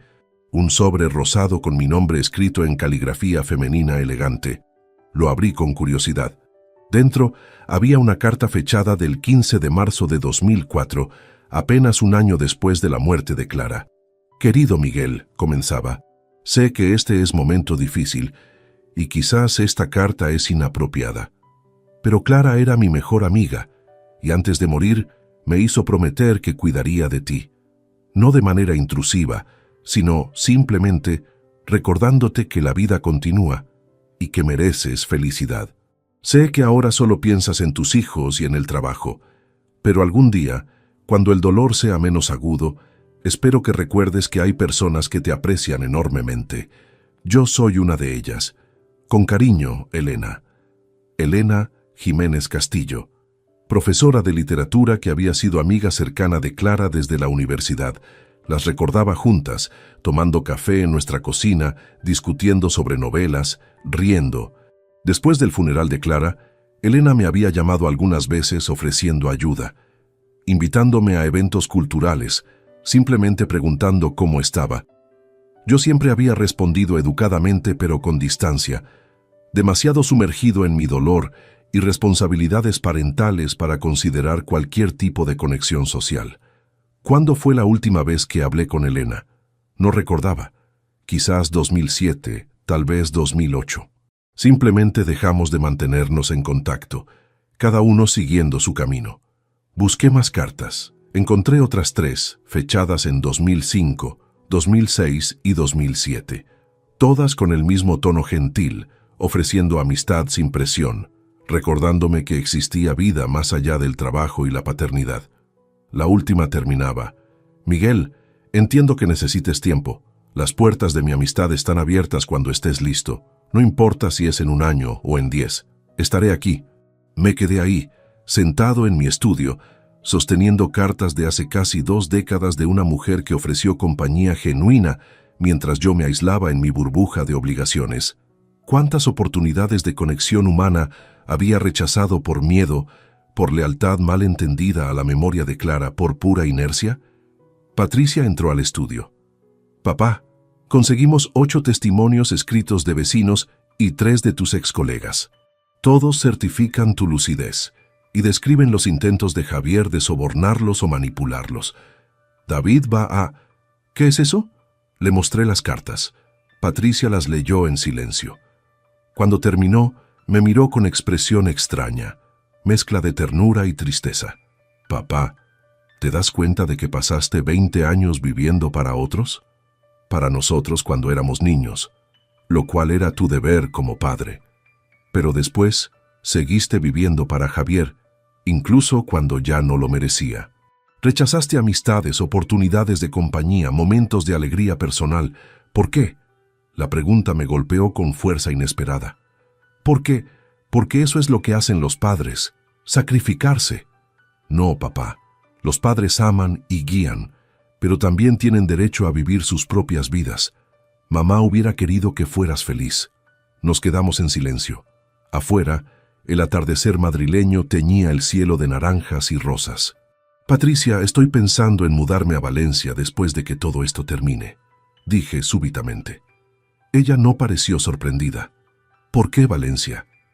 Le conté sobre el Centro San Miguel, sobre la donación que planeaba hacer, sobre la emoción que sentí al revisar planos estructurales por primera vez en años, no como obligación, sino como elección. Suena perfecto para ti, dijo Patricia con sonrisa sincera. Y papá, sobre esas cartas, si Elena todavía vive en Madrid, tal vez deberías buscarla antes de irte, o invitarla a visitarte en Valencia. Han pasado casi 20 años. Exactamente. 20 años que perdiste aislándote. No pierdas más tiempo. El lunes 28 de octubre, David Sánchez presentó ante el Juzgado de Primera Instancia número 12 de Madrid la solicitud de medida cautelar. El martes 29 recibimos respuesta positiva. Quedaban bloqueadas legalmente todas mis propiedades e inversiones. Ninguna transacción podía ejecutarse sin autorización judicial expresa. Era escudo legal temporal, pero efectivo. El miércoles 30, David terminó de preparar el expediente completo para denuncia penal. 340 páginas de documentación, grabaciones transcritas profesionalmente, análisis grafológico de las falsificaciones bancarias, informes psicológicos certificando mi plena capacidad mental, certificados médicos confirmando mi excelente estado físico, testimonios jurados de 11 vecinos y colegas describiendo la campaña difamatoria de Javier y Cristina. Es el caso más sólido que he preparado en años, dijo David esa tarde en su despacho. Pero Miguel, necesito preguntarte algo importante antes de seguir adelante. Una vez que presentemos esta denuncia, no hay vuelta atrás. Tu hijo enfrentará cargos criminales serios. ¿Estás completamente seguro? Miré por la ventana de su oficina. Madrid se extendía bajo un cielo despejado de finales de octubre. Pensé en Javier bebé, en el niño que me abrazaba cuando tenía pesadillas, en el adolescente que lloró en mis brazos después de la muerte de Clara. Pero también pensé en el hombre que me amenazó con asilo, que falsificó mi firma, que conspiró para robarme todo lo que había construido en 5 décadas. Estoy seguro, respondí con voz firme. No porque quiera venganza, sino porque necesita aprender que acciones tienen consecuencias, y porque no puedo permitir que haga esto a otras personas en el futuro. David asintió y firmó los documentos. Mañana jueves 31 presentaré la denuncia formal a las 10 de la mañana. A las 2 de la tarde tendremos orden judicial preliminar. Cuando Javier y Cristina lleguen a tu casa a las 5 esperando que firmes, se encontrarán con algo muy diferente. Esa noche casi no dormí, no por miedo, sino por la extraña mezcla de emociones. Tristeza profunda por lo que pudo haber sido, rabia controlada por la traición, pero también algo inesperado: liberación. Como si cadenas invisibles que llevaba cargando durante años finalmente se estuvieran rompiendo. El jueves 31 de octubre amaneció claro y fresco. A las 9 de la mañana, Patricia, David y yo nos reunimos en mi casa para preparar todo. A las 2 llegó el oficial judicial, Marcos Gutiérrez Rivas, acompañado de la doctora Beatriz Serrano, la psiquiatra forense que había realizado mi evaluación. «Señor Martín», explicó el oficial Gutiérrez, «mi presencia aquí es para certificar oficialmente cualquier intento de coerción o fraude. Grabaré todo el encuentro con equipamiento oficial. Cualquier cosa que se diga tendrá validez legal absoluta en procedimientos futuros». Organizamos la sala meticulosamente. La mesa del centro tenía dispuestos varios documentos: transcripciones de las grabaciones previas, copias de las falsificaciones bancarias con análisis grafológico adjunto, el informe psicológico completo, certificados médicos y la orden judicial bloqueando mis bienes. Detrás de esa documentación, casi ocultas, estaban las notificaciones de denuncia penal. A las 5:10 sonó el timbre. Patricia abrió la puerta. Javier entró primero con expresión de confianza absoluta. Cristina detrás, sonriendo con esa sonrisa que ahora reconocía como máscara de depredador. «Hola, papá», dijo Javier alegremente. «Veo que tienes visitas, no importa, esto será rápido. Solo necesitamos las firmas y...» Se detuvo abruptamente. Sus ojos recorrieron la sala. El oficial judicial uniformado junto a la ventana, con cámara profesional grabando. La doctora Serrano sentada en el sillón con maletín médico, David Sánchez de pie junto a la mesa, con expresión seria, Patricia con brazos cruzados bloqueando la salida, y yo sentado calmadamente en mi silla habitual. «¿Qué es esto?», preguntó Cristina con voz repentinamente tensa. «Siéntense», dije con voz tranquila pero autoritaria. «Tenemos mucho de qué hablar». Javier y Cristina intercambiaron miradas nerviosas, pero se sentaron lentamente en el sofá frente a mí. David dio un paso adelante. «Buenas tardes, soy David Sánchez Romero, abogado representante legal de Miguel Ángel Martín Vega. Esta reunión está siendo grabada oficialmente por el oficial judicial Marcos Gutiérrez Rivas. Todo lo que digan puede y será usado en procedimientos legales». «¿Procedimientos legales?», repitió Javier intentando sonar confundido. «Papá, ¿qué está pasando? Solo veníamos a forzarme a firmar documentos fraudulentos», interrumpí. «Igual que intentaron el 22 de octubre y nuevamente el 24. Pero esta vez no habrá firma. Esta vez habrá verdad». David levantó el primer documento. Transcripción certificada de grabación realizada el 24 de octubre de 2024 en este domicilio. Participantes: Miguel Ángel Martín Vega, Javier Martín Soto y Cristina Ruiz Moreno. Comenzaré a leer fragmentos relevantes. La voz de David llenó la sala leyendo las palabras exactas que Cristina había pronunciado. Su tiempo de ser útil ya pasó. Ya no produce nada. Solo consume recursos. Y después, firma o te dejamos en un asilo municipal, de esos donde comparten habitación 4 ancianos. El rostro de Cristina perdió todo el color. Javier intentó levantarse, pero Patricia dio un paso hacia él. «Siéntate y escucha», ordenó mi hija con voz de acero. David continuó. «Y aquí tenemos la admisión de conspiración para obtener documentación médica falsa. Cito: conseguiremos 3 médicos que digan lo contrario. Menos de 5.000 euros. Ya investigamos. Tenemos contactos. Cristina Ruiz Moreno, 24 de octubre, 17 horas y 42 minutos. Esas grabaciones son ilegales», protestó Cristina con voz aguda. «No pueden usarlas». La doctora Serrano habló por primera vez. «En España, grabar conversaciones en propiedad privada por parte del dueño, cuando él participa, es completamente legal. Artículo 18.3 de la Constitución española. Las grabaciones Son admisibles. David levantó otro documento. Análisis grafológico certificado de documentos bancarios presentados en marzo y septiembre de 2023.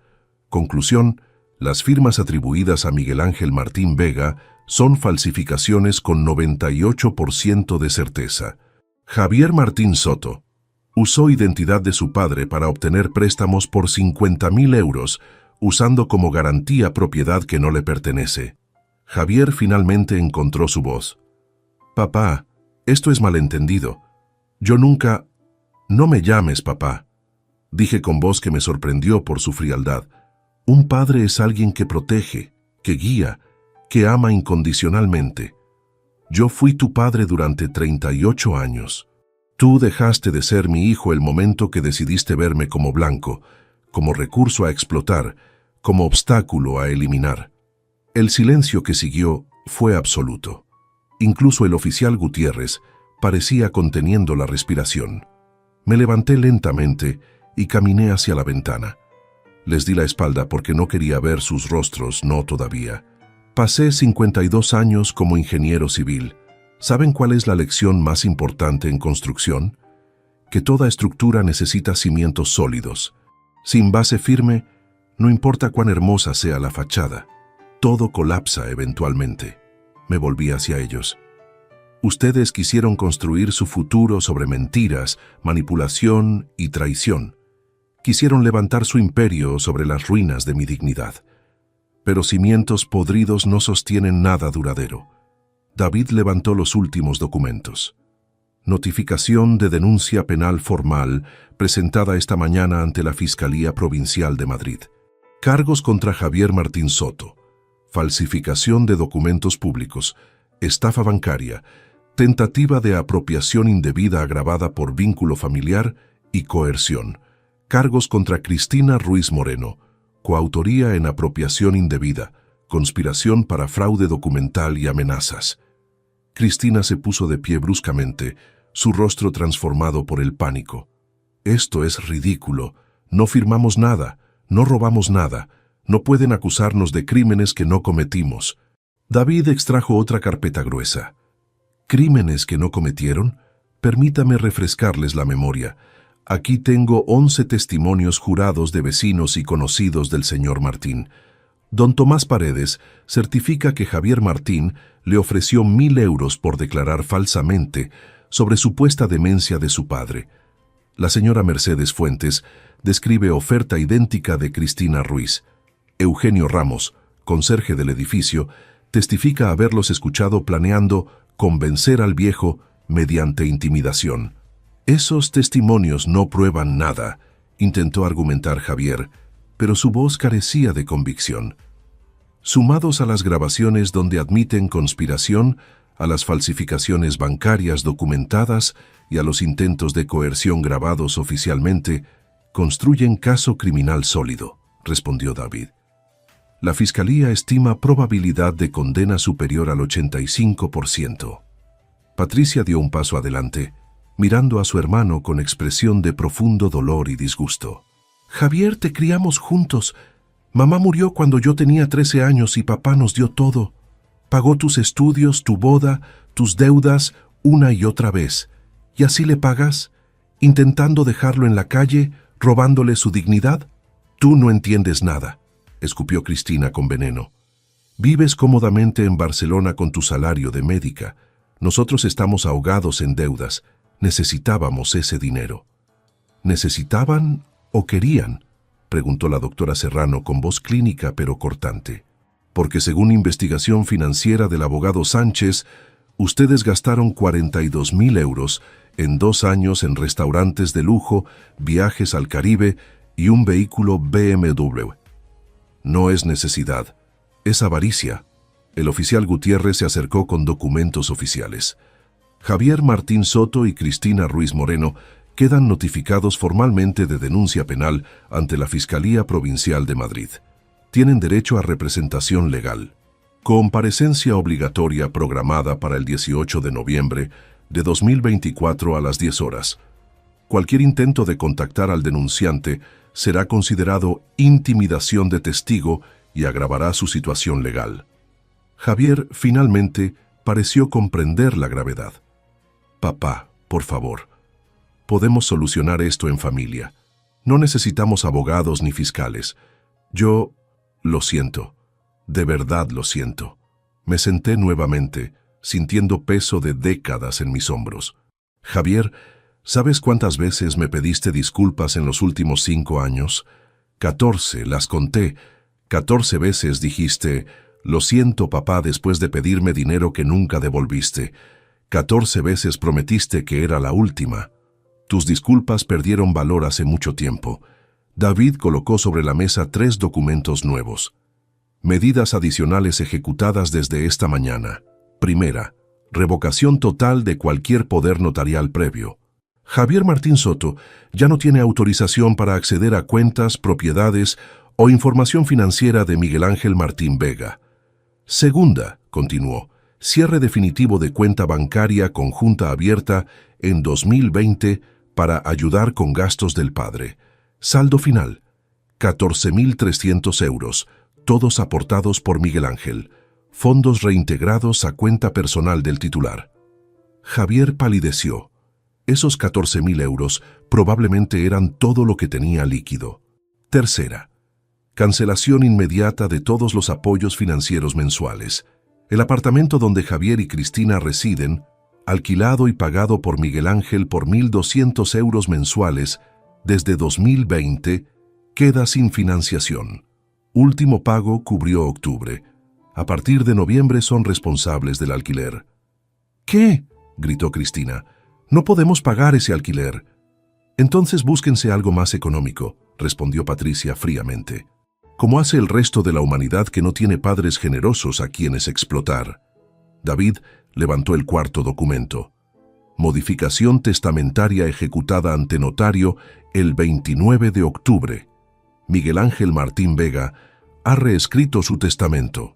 Javier Martín Soto recibirá únicamente la legítima estricta establecida por ley española, 1/3 del patrimonio neto dividido entre descendientes directos. En este caso, aproximadamente 179.000 euros, compartidos con Patricia Martín Soto. Total para Javier, 89.500 euros. El resto del patrimonio, aproximadamente 358.000 euros, será distribuido entre Patricia y organizaciones benéficas especificadas. Las matemáticas eran brutales. De potencialmente heredar casi todo el patrimonio de 537.000 euros, Javier quedaba reducido a menos de 90.000. Y eso solo cuando yo muriera, lo cual esperaba fuera en muchos años. Adicionalmente, agregó David, cancelación de seguro médico privado que Miguel pagaba para Javier y Cristina. Coste anual, 3.200 euros. Cancelación de seguro de vehículo del BMW de Javier.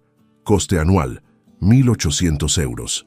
Eliminación de tarjeta de crédito complementaria vinculada a cuenta de Miguel. Límite mensual que Javier usaba, 800 euros. Estaba desmantelando sistemáticamente toda la red de soporte financiero que yo había construido alrededor de mi hijo durante años. Red que él había usado como trampolín para intentar destruirme. ¿Cuánto suman las cancelaciones mensuales?, preguntó Patricia con curiosidad clínica. Aproximadamente 2.300 euros mensuales de apoyo directo e indirecto, calculó David. Anualizados, 27.600 euros que Javier y Cristina recibían sin producir nada a cambio. Me levanté y caminé hacia mi hijo. Lo miré directamente a los ojos por primera vez en esta reunión. Vi miedo, confusión y algo que podría haber sido arrepentimiento genuino, pero era demasiado tarde. Javier, te di vida, educación, amor incondicional durante 38 años. Te enseñé valores que claramente nunca internalizaste. Cuando tu madre murió, trabajé turnos dobles para que tú y Patricia no sufrieran económicamente.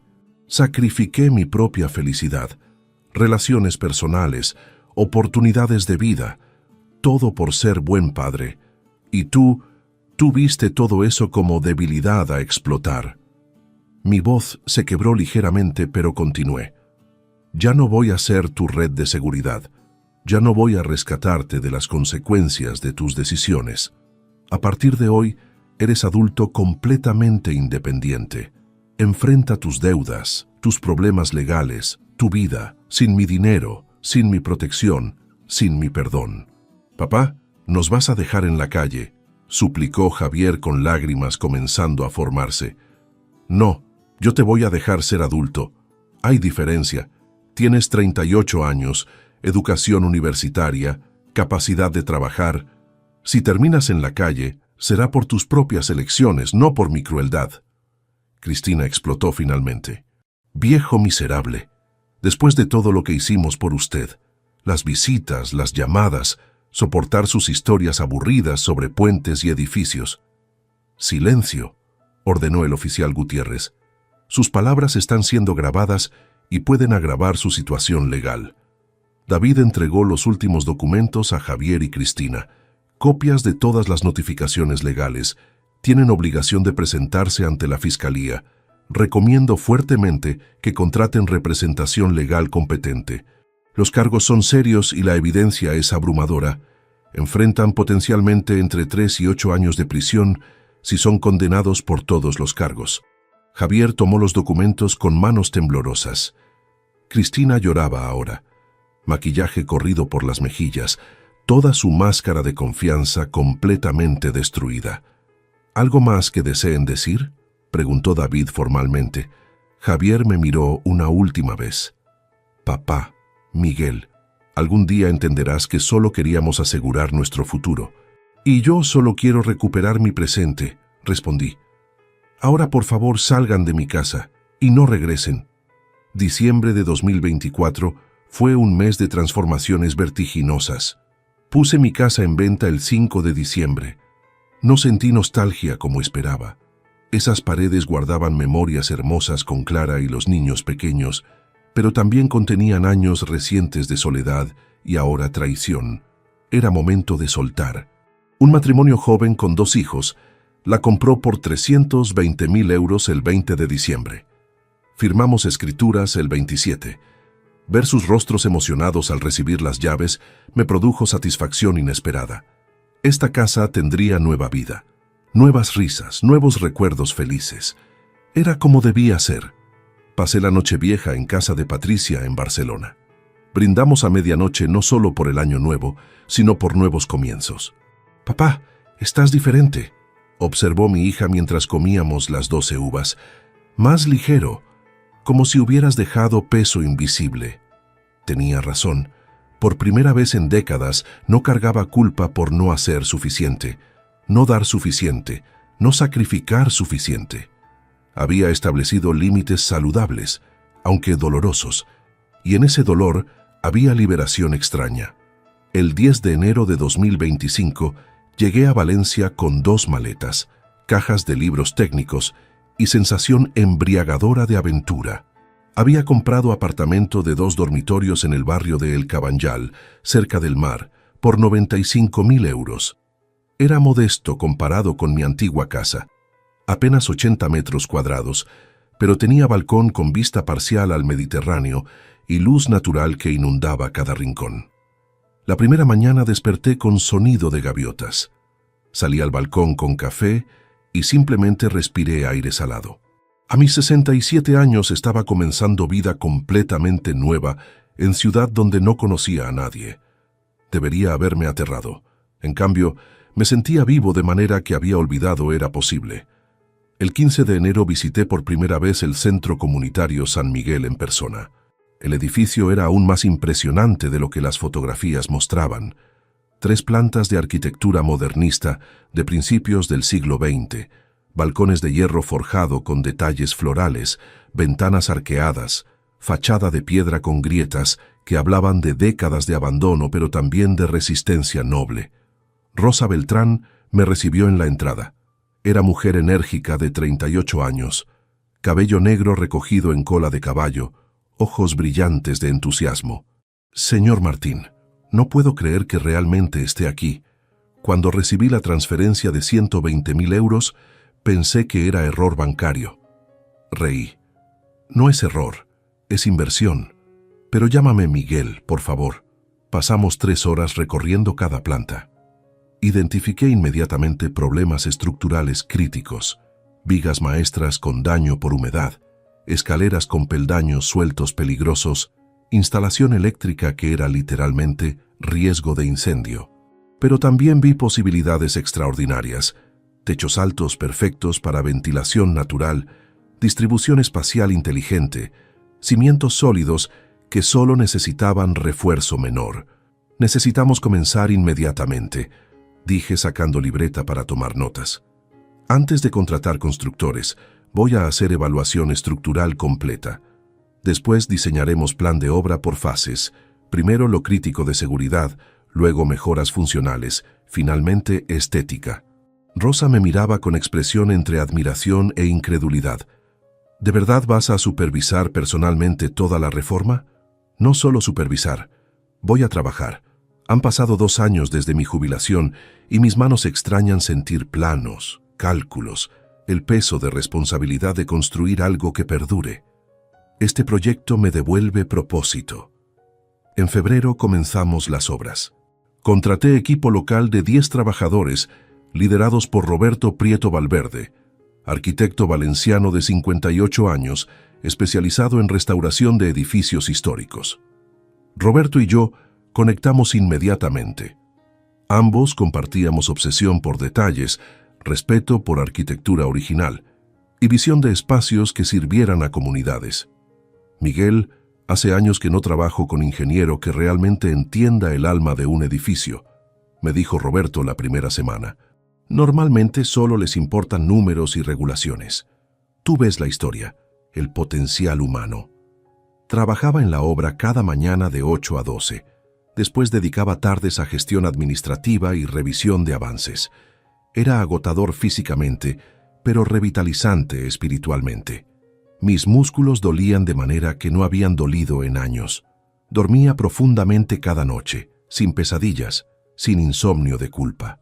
A finales de febrero, Rosa me invitó a un evento en el centro, club de lectura comunitario que funcionaba en la única sala habitable del edificio mientras duraban reformas. Es grupo ecléctico, advirtió Rosa. Jubilados, estudiantes, profesores, discuten de todo. Clásicos, contemporáneos, poesía. Pensé que podría interesarte. Acepté más por cortesía que por interés genuino. Hacía años que no leía ficción. Mi vida había sido manuales técnicos y especificaciones de construcción. Pero esa tarde de jueves, 1 de marzo, cambió algo fundamental. Éramos 12 personas en círculo de sillas desiguales. El libro del mes era 100 años de soledad de Gabriel García Márquez. Yo lo había leído hacía décadas, pero apenas recordaba detalles. Y entonces ella habló. Lo fascinante de Macondo no es la magia, es la soledad, dijo con voz clara y reflexiva. Cada personaje está atrapado en su propia versión de aislamiento, incluso rodeado de familia. Levanté la mirada. Era mujer de aproximadamente mi edad, tal vez 62 o 63 años, cabello gris corto con estilo elegante, gafas de lectura colgando de cadena plateada, expresión inteligente y amable. Algo en su voz me resultó vagamente familiar. Interesante observación, comenté sin pensar. Yo pasé 20 años en soledad autoimpuesta después de perder a mi esposa. Estaba rodeado de familia, pero completamente aislado emocionalmente. Ella me miró con atención renovada. La soledad elegida es diferente de la soledad impuesta. Ambas duelen, pero una al menos ofrece ilusión de control. Después de la sesión, Rosa nos presentó formalmente. Miguel, ella es Elena Jiménez Castillo, profesora de literatura jubilada. Elena, él es Miguel Ángel Martín Vega, el ingeniero que está salvando nuestro edificio. Elena. El nombre resonó con fuerza de reconocimiento retrasado. Elena. Las cartas en mi escritorio. La amiga de Clara. ¿Elena Jiménez? Repetí con voz ahogada. ¿Fuiste amiga de Clara Soto? Su expresión cambió a sorpresa absoluta. ¿Miguel Ángel, el esposo de Clara? No puede ser. ¿Qué estás haciendo en Valencia? Comenzando de nuevo, respondí honestamente. ¿Y tú? Lo mismo. Me mudé aquí hace 3 años después de jubilarme. Buscaba cambio de aires, mar, comunidad diferente. Sonrió con calidez que me golpeó con nostalgia dulce. El universo tiene sentido del humor extraño, ¿verdad? Terminamos tomando café en cafetería cercana, después del club de lectura. Hablamos durante 2 horas, sobre Clara, sobre los años transcurridos, sobre sus cartas que nunca respondía adecuadamente, sobre mi reciente ruptura con Javier, sobre su propia vida. Viuda desde 2015, sin hijos, dedicada a enseñanza hasta jubilación. Lamento no haber respondido tus cartas como merecías, dije finalmente. Estaba perdido. Lo sé. Y lo entendí entonces. Clara me hizo prometer que te cuidaría, pero también me advirtió que eras testarudo y necesitarías tiempo. Aparentemente, necesitaste 20 años. Sonrió para suavizar sus palabras. 20 años desperdiciados. No desperdiciados, necesarios. Llegaste hasta aquí, ¿no? Eso cuenta. Septiembre de 2025 llegó con cielos despejados y brisa mediterránea que traía promesas de otoño suave. El centro comunitario San Miguel estaba irreconocible comparado con el edificio deteriorado que había visto en enero. La fachada restaurada brillaba bajo sol valenciano. Piedra limpia, revelando detalles arquitectónicos ocultos durante décadas. Balcones de hierro forjado reparados y pintados en negro mate elegante. Ventanas nuevas de doble acristalamiento que respetaban diseño original. El 28 de septiembre, sábado, organizamos inauguración oficial. 200 personas llenaron las 3 plantas. Vecinos del barrio, voluntarios que habían ayudado en obra, autoridades municipales, representantes de asociaciones comunitarias. Rosa había preparado evento con esmero, música en directo, refrigerios, visitas guiadas mostrando cada espacio renovado.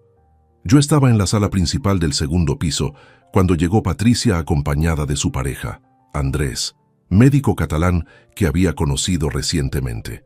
Mi hija me abrazó con fuerza. «Papá, esto es increíble. Transformaste completamente el edificio». «No yo solo», respondí señalando alrededor. Roberto lideró toda la parte arquitectónica. Los trabajadores pusieron alma en cada detalle. Rosa coordinó con comunidad. Esto fue esfuerzo colectivo. Roberto Prieto se acercó con sonrisa amplia y 2 copas de cava. «Miguel, deja de ser modesto. Sin tu visión estructural y tu donación inicial, este edificio seguiría siendo ruina peligrosa. Ahora es joya comunitaria que servirá durante generaciones». Brindamos mientras observaba el espacio transformado. La sala principal ahora tenía capacidad para 80 personas sentadas, sistema de sonido profesional, iluminación LED eficiente, accesibilidad completa con rampa y ascensor, instalados cumpliendo todas las normativas. En planta baja funcionarían talleres educativos. Segunda planta albergaba biblioteca comunitaria y espacios para clubes de lectura, idiomas, arte. Tercera planta convertida en estudios pequeños para artistas locales a precios simbólicos. «Y esto es solo el comienzo», dijo Roberto bajando voz con entusiasmo conspirador. «Cuéntales sobre el proyecto grande». Patricia me miró interrogante. «¿Qué proyecto grande?», sonreí. Roberto y yo presentamos propuesta hace 3 meses a Fundación Europea de Vivienda Social.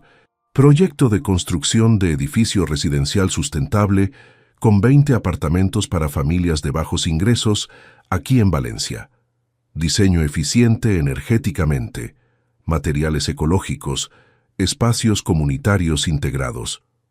Nos aprobaron financiación de 300.000 euros, añadió Roberto. Y Miguel invirtió 60.000 propios como contraparte. Comenzamos construcción en noviembre. Será modelo de vivienda digna y accesible. «Papá, estás invirtiendo tu patrimonio en proyectos sociales», dijo Patricia con mezcla de orgullo y preocupación. «¿Estás seguro?» «Completamente. Tengo más que suficiente para vivir cómodamente. La pensión cubre mis gastos. Los 200.000 euros restantes en ahorros son seguridad de sobra. Esos 60.000 invertidos en vivienda social generarán impacto real en vidas reales. ¿Qué mejor uso del dinero?» Elena apareció entre la multitud, llevando bandeja con canapés. «Miguel, están preguntando por ti abajo. El concejal de urbanismo quiere fotografía oficial. Se volvió hacia Patricia. Tú debes ser la hija médica. Tu padre habla constantemente de ti. Patricia abrazó a Elena calurosamente. Y él me habla de ti en cada llamada. Gracias por hacerlo feliz. Él se hace feliz a sí mismo, respondió Elena con sabiduría tranquila. Yo solo tengo privilegio de acompañarlo.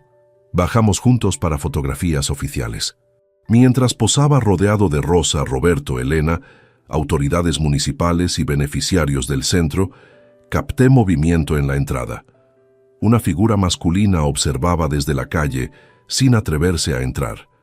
Mi corazón reconoció antes que mi mente. Javier. Había envejecido notablemente en 10 meses. Estaba más delgado, ojeras profundas, ropa que alguna vez fue elegante, ahora desgastada. Nuestras miradas se cruzaron brevemente. Vi en sus ojos vergüenza, arrepentimiento, quizás admiración dolorosa por lo que yo había logrado sin él. Después de un momento, dio media vuelta y desapareció entre la gente de la calle. Patricia había visto también. ¿Vas a hablar con él? No hoy, respondí suavemente. Hoy es sobre futuro, no sobre pasado. Si algún día quiere conversación genuina, sin manipulación, mi puerta estará abierta. Pero será cuando yo esté listo, no cuando él necesite algo. David Sánchez me había actualizado sobre situación legal de Javier hacía semanas. El juicio se había celebrado en julio. Javier fue condenado a 2 años de prisión con suspensión condicional de sentencia y multa de 20.000 euros por estafa bancaria y falsificación. Cristina recibió 1 año y medio suspendido más 15.000 euros de multa. Ambos quedaron con antecedentes penales. Lo más devastador. Cristina había iniciado divorcio en mayo, dejando a Javier solo enfrentando deudas, consecuencias legales y aislamiento social. Patricia me contó después que Javier había intentado contactarla múltiples veces pidiendo dinero prestado, suplicando intervención para que yo reconsiderara. Ella se había negado firmemente. Le dije que era hora de crecer, de ser adulto real sin red de seguridad paterna. Lloró por teléfono, pero no cedí. Bien hecho, le dije con orgullo. Ayudarlo ahora sería perpetuar el ciclo. Debe aprender que acciones tienen consecuencias permanentes. La tarde avanzó entre discursos, música, risas. Rosa tomó micrófono para agradecimiento emotivo. Este edificio estaba condenado a demolición. Hoy es corazón latente de comunidad. Gracias a generosidad de Miguel Ángel Martín Vega, que no solo donó recursos, sino su tiempo, experiencia y alma. Demostró que jubilación no es fin de vida productiva, sino oportunidad de contribuir de formas nuevas y significativas. Aplausos llenaron la sala. Me pidieron decir palabras. Subí al pequeño estrado sintiendo peso de miradas, no como carga, sino como conexión humana. Pasé 52 años construyendo infraestructuras. Comencé con voz firme. Puentes, edificios, hospitales. Siempre me enorgullecí de dejar legado físico que perduraría décadas. Pero hace meses aprendí lección crucial.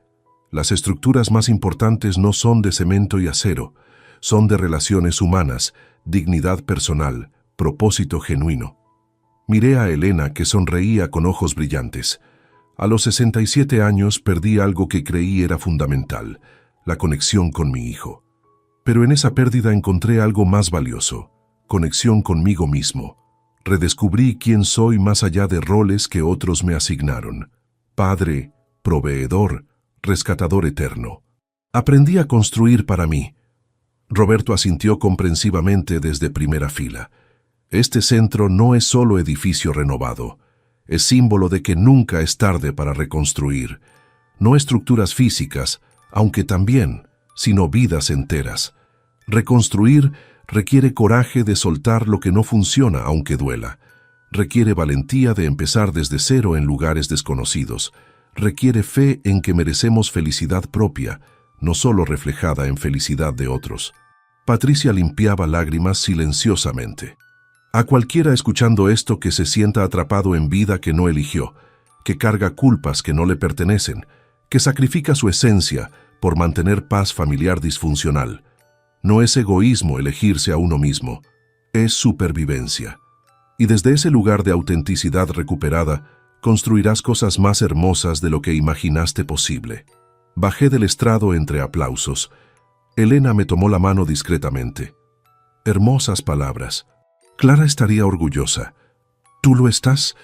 Pregunté con vulnerabilidad que aún me sorprendía sentir. Inmensamente. Pero más importante, ¿tú estás orgulloso de ti mismo? Miré alrededor.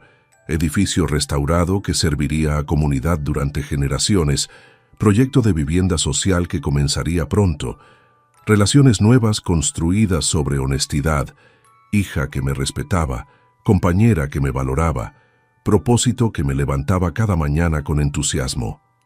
Sí, respondí honestamente, por primera vez en décadas sí lo estoy. Esa noche, de regreso en mi apartamento frente al mar, me senté en el balcón con Elena. Las olas rompían suavemente en la playa cercana. Estrellas comenzaban a aparecer en cielo oscureciendo. ¿Sabes qué es lo más liberador? Reflexioné en voz alta. No es haber escapado de la manipulación de Javier, es haber descubierto que mi valor no dependía de ser necesitado, de ser rescatador, de ser infinitamente generoso, incluso ante abuso. Mi valor es intrínseco. Existo y tengo derecho a vivir plenamente simplemente porque estoy aquí. Elena apoyó su cabeza en mi hombro. Aprendizaje que muchos nunca logran. Tuviste que perder mucho para ganarlo todo. No perdí mucho. Solté lo que me estaba matando lentamente. Hay diferencia. Nos quedamos así en silencio compartido mientras Valencia respiraba vida nocturna alrededor. A mis 67 años, había aprendido verdad fundamental. Construir puentes es noble profesión, pero construir vida propia auténtica es arte supremo. Y finalmente, después de tantos años, estaba convirtiéndome en artista de mi propia existencia. Si esta historia te ha gustado, apóyanos con un like, suscríbete al canal y déjanos tus opiniones en los comentarios. Para escuchar la siguiente historia, haz clic en la caja que aparece a la izquierda. Gracias por acompañarnos.